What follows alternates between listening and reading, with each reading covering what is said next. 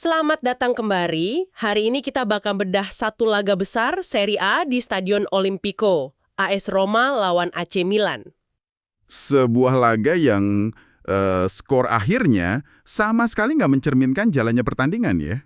Betul banget. Sumber-sumber yang kita pegang ini kan lengkap ya. Ada dari Kompas.com, Detik, Bola.net. Semua nulis hal yang sama. Skor akhirnya 1-1.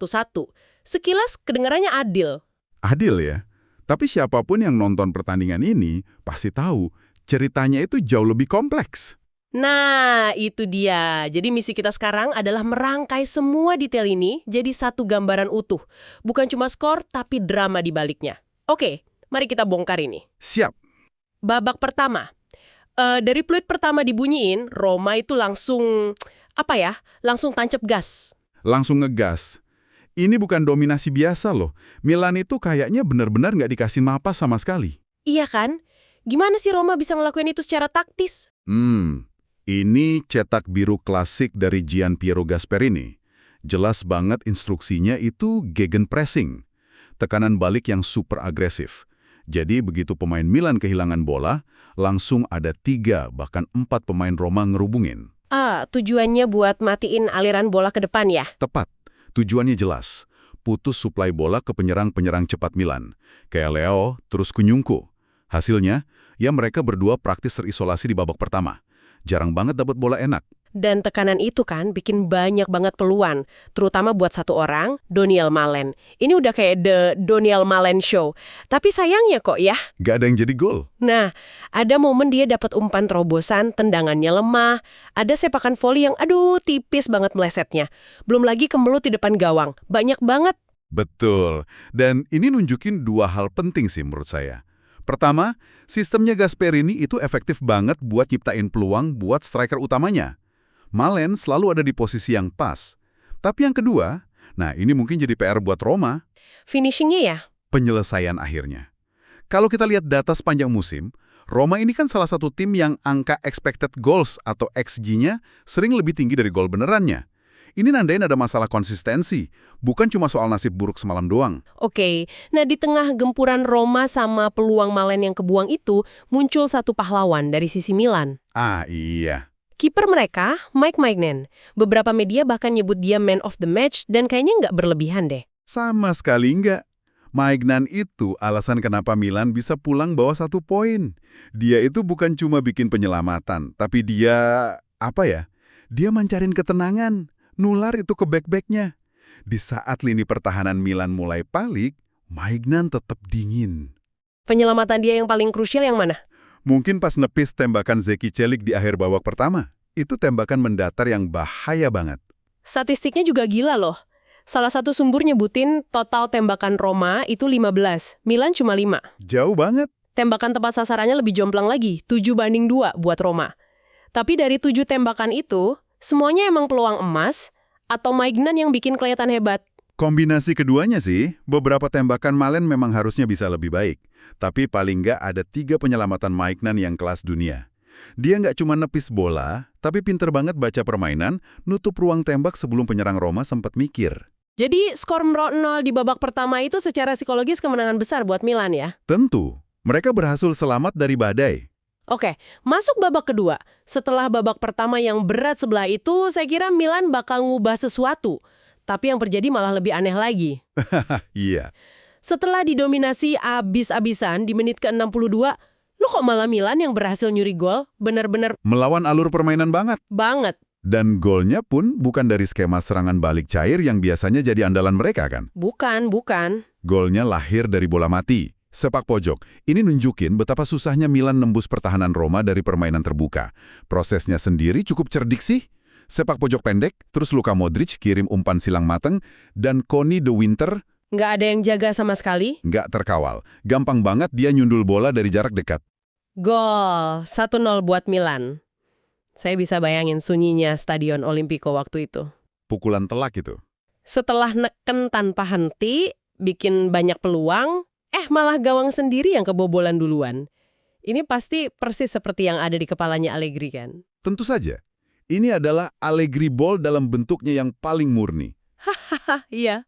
Efisien, pragmatis, dan kadang agak nyakitin mata kalau Anda bukan pendukungnya. Benar. Setelah unggul, Milan langsung rapatin barisan. Tempo diperlambat, siap-siap buat serangan balik mematikan. Allegri bahkan sempat mikir, wah ini udah sesuai rencana nih. Tapi Roma, ya, dengan dukungan supporternya, mereka nggak nyerah gitu aja. Mereka terus neken dan akhirnya tekanan itu ada hasilnya. Sekitar 12 menit setelah gol Milan, menit ke-74, ada insiden krusial di kotak penalti. Handball itu ya. Iya, pemain Milan, Davide Bartesaghi, kena handball. Lengannya dalam posisi yang nggak alami, pas bola kena, wasit langsung nunjuk titik putih. Nah, ini titik balik kedua dalam pertandingan. Momen yang bisa ngehapus semua kerja keras Milan buat bertahan. Tegang banget pasti ya. Tegang banget. Penalti ini bukan cuma soalnya main skor, tapi soal keadilan juga buat Roma yang ngerasa main jauh lebih baik. Dan yang nambah drama adalah siapa yang ngambil penalti, Yan. Betul, betul. Pelatih Roma, Gasperini, cerita di konferensi pers, kalau dua eksekutor utama mereka, Dybala sama Malen, itu udah ditarik keluar. Oh ya, saya baru tahu itu. Iya, tim pelatih ngiranya Bryan Cristante yang bakal maju. Tiba-tiba Lorenzo Pellegrini, sang kapten, ngambil bola. Pede banget. Wow, momen kepemimpinan itu. Dan dia bayar tuntas. Eksekusinya tenang banget. Dia kirim bola ke pojok kiri gawang, mainian geraknya ke arah sebaliknya. Bahkan kiper sehebat Maignan pun nggak bisa apa-apa kalau eksekusinya sesempurna itu. Skor jadi 1-1, stadion langsung gemuruh lagi. Sisa pertandingan Roma nyoba cari gol kemenangan, tapi momentumnya udah agak beda ya. Milan setelah kebobolan kayaknya sadar kalau mereka nggak boleh kalah. Iya, pertahanan mereka balik solid lagi sampai akhir. Jadi, skor akhirnya 1-1. Tapi, dari komentar para pelatih setelah laga, rasanya kayak mereka nonton dua pertandingan yang beda banget. Perspektif mereka ini bener-bener nunjukin filosofi masing-masing, menarik banget buat kita bedah. Kita mulai dari Massimiliano Allegri deh. Dia kedengeran pragmatis banget, bahkan hampir puas gitu ya sama hasil imbang ini. Dia bilang kami pulang dengan hasil positif karena datang ke Olimpico dan dapat 1 poin di tahap musim ini sangat penting. Tapi apa fans Milan suka ya dengan mentalitas yang penting dapat 1 poin ini? Bukannya tim sekelas mereka harusnya datang buat menang, bukan cuma buat nggak kalah? Itu pertanyaan yang valid, dan selalu jadi perdebatan soal gaya mainnya Allegri. Tapi kalau kita lihat dari sudut pandang manajer yang ngejar gelar, logikanya masuk akal banget. Baginya, Serie A itu maraton, bukan sprint. Laga tandang lawan rival langsung kayak Roma, itu pertandingan yang, kutip, tidak boleh kalah. Oke. Dengan hasil imbang ini, Milan jaga jarak 5 poin dari Roma, pertahanin posisi kedua, dan yang paling penting, rekor tak terkalahan mereka jadi 21 laga. Itu membangun mentalitas juara ya? Betul.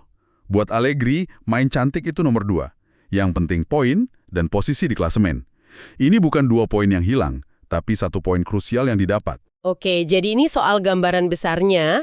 Nah, sekarang kita pindah ke kubu seberang, Gianpiero Gasperini. Dia justru kedengaran bangga banget. Dia bilang timnya pantas dapat pujian, dan dia puas lihat tim mudanya bisa dominasi tim kuat kayak Milan. Nah, disinilah letak perbedaan fundamental antara kedua pelatih. Beda banget ya pendekatannya. Beda banget. Kalau Allegri itu pragmatis yang fokus ke hasil. Gasperini itu idealis yang fokus ke proses dan perkembangan. Dia tahu skuadnya masih muda banget. Jadi ngelihat timnya bisa neken dan bikin banyak peluang lawan calon juara, itu sebuah validasi. Sebuah bukti kalau proyeknya di jalur yang benar. Tepat sekali. Dia bahkan muji Malen loh, meskipun banyak buang peluang, karena pergerakannya sebagai penyerang tengah itu dinilai luar biasa. Benar. Ada juga candaan yang menarik soal skuadnya. Yang mana tuh? Dia bilang, ini skuad yang sangat muda. Saya pikir kami menargetkan pemain U25, tapi saya pikir kami mungkin punya pilihan pemain U20 yang sangat kuat dengan kecepatan ini. Hahaha, persis. Candaan itu bukan sekedar lelucon. Itu pesan optimisme dari dia. Dia mau nunjukin kalau fondasi masa depan Roma itu cerah banget. Jadi kesimpulannya, Allegri lihat klasemen dan bilang, posisi kita aman, sementara Gasperini lihat permainan dan bilang masa depan kita cerah. Kurang lebih begitu. Tentu ada sedikit rasa frustrasi karena gagal menang, tapi kebanggaan atas performa timnya itu jauh lebih besar. Jadi, hasil imbang 1-1 ini bikin Milan tetap nyaman di posisi kedua dengan 47 poin, Roma naik ke posisi ketiga dengan 43 poin.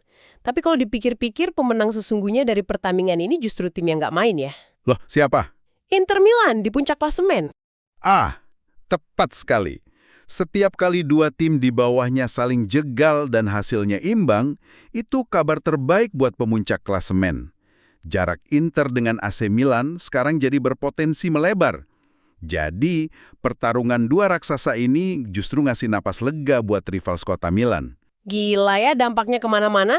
Itulah Serie A. Sungguh kompleks. Satu pertandingan, skor 1-1, tapi ngasilin 3 perasaan yang beda. Kelegaan pragmatis buat Milan, kebanggaan optimistis buat Roma, dan keuntungan strategis buat Inter. Dan setelah kita bedah semua ini, ada satu pertanyaan yang tersisa buat Anda renungkan. Pertandingan ini kan dipenuhi oleh nyaris dan seandainya. Seandainya Roma lebih tajam, seandainya Milan bisa bertahan 12 menit lebih lama. Ini ngebawa kita ke pemikiran yang lebih besar soal identitas dalam sepak bola. Mana yang pada akhirnya lebih berharga dalam perjalanan sebuah klub? Kemenangan pragmatis ala Allegri yang mungkin nggak indah, tapi terus ngumpulin poin demi poin buat target jangka pendek? Atau performa dominan dan menghibur ala Gasperini yang ngebangun fondasi dan identitas kuat buat masa depan, meskipun kadang harus rela kehilangan poin di laga-laga kayak gini?